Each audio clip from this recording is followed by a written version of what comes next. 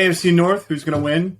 So last year we had the Bengals losing in the Super Bowl 10-7, Pittsburgh 9-7, Cleveland and the Ravens tie at 8-9. Four very good teams in this division, but I don't think anyone's really going to be betting Browns. Nope. And that leaves us with, you got Pittsburgh in there, but they just don't have a quarterback, so what's the likelihood they win the division? I'm gonna interrupt real quick. The guy, I have a buddy who's he's a Steelers fan. He was telling me that he thinks they're going to win 10 games and go to the playoffs this year. Confidently, drunkenly, while shit-talking the Bills, said Steelers going to win 10 games. Yeah, I don't know if I'll go there. I can see them winning like 8 games. I can see them going 8-9 again. They have a good defense and they're well coached. They're the most 8-9 team I've ever seen. Yeah, so we got just the Bengals and the Ravens really in this division. And I'm just going Ravens for a couple reasons. You got the Bengals hangover, losing the Super Bowl. That's always really rough. You also have the Ravens being a lot more healthy going into this year with both their running backs coming back. And I'm sure a lot of people want to be a little worried about the passing game, but Isaiah Likely looks like a stud. Marquise Brown left, but I really think Rashad Bateman can do 80% of what he did with half the drops. And you got the running backs both going to come back healthy. By week like 5 or 6, Gus Edwards will be playing again. J.K. Dobbins looks really solid, so I'm leading there. I mean, it's plus 160 as well. I mean, you're getting plus money to bet on the Ravens. Yeah.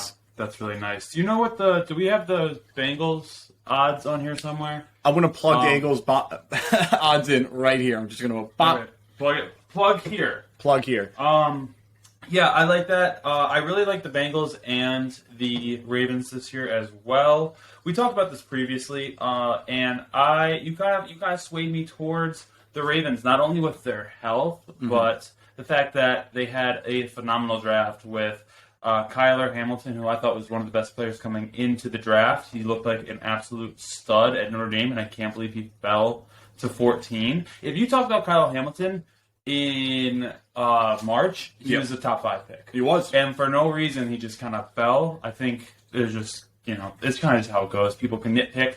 And they got Tyler Lindenbaum, who is a center, and he was far and away the best interior lineman in this draft. It's just he fell because no one needs a center no one needs a laterally moving center except a team that runs a lot of outside zones and read options like the Ravens. So he fits in perfectly. And they also got David Ojabu, who was the Michigan defensive end who was supposed to be a first-round pick and tore his Achilles in training camp, or his pro day.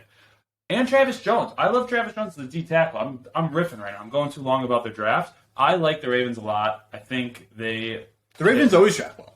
Every single year, if you were to just type in like any year in the last 10 years and just go draft grade 2013, Ravens will be one of the top 5 teams. They always are. They always draft well, and that's why they're always a good team. Yeah, man. And then you said Likely, too. Likely looks like a stud. The clincher here for me is that the Bengals have the 3rd hardest schedule and the Ravens have the 10th easiest schedule. Just that matters. And I don't want to be actively fading the Bengals. I'm not anti-Bengal. It's more that I think the Ravens have an easier path to success.